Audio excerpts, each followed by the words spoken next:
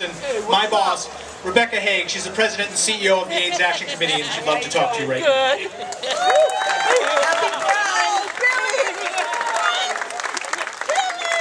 don't know, after those performances I somehow feel a little underdressed and undermade up and all those things, but who can compete with that? But thank you so much to Verna and to the great talent and all those that will come ahead. You're in for a great night.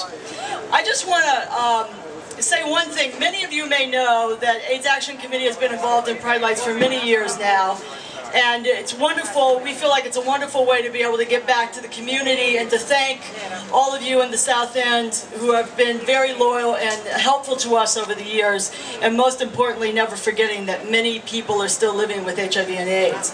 So I'd just like to share with you tonight one of the big events that we do here in Boston, as many of you know, is called the AIDS Walk, which happened last Sunday, June 1st.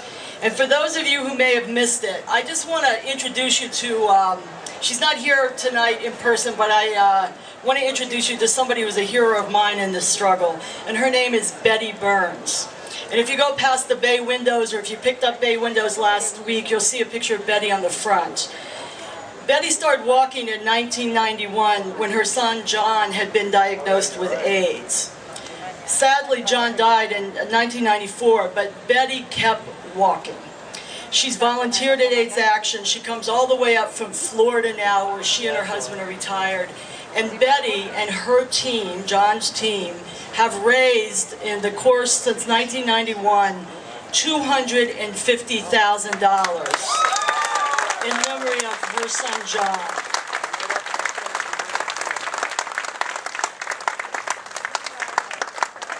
This is a picture of Betty right here on the Betty box. Now, because of her work, that means AIDS Action can provide services to over 2,400 people living in the greater Boston area every year, living with HIV and AIDS. We can also do some great prevention work. I don't know if you met a lot of our young guys from the Mayo Center. They're back there. Great guys. We work with LHI, who's also here, trying to make sure that not one additional person in this state becomes infected with HIV and AIDS. And Betty and the work she does helps us do that. And in Betty's memory tonight, I'm going to ask you to help. This is a picture of Betty.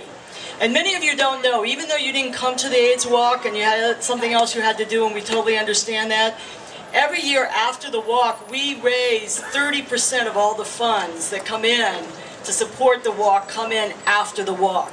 So for those of you who missed your opportunity, there'll be these kinds of buckets will be passed around tonight. They're out there in the crowd.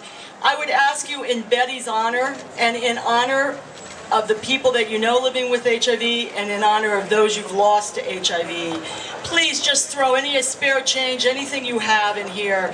We'd very much appreciate it.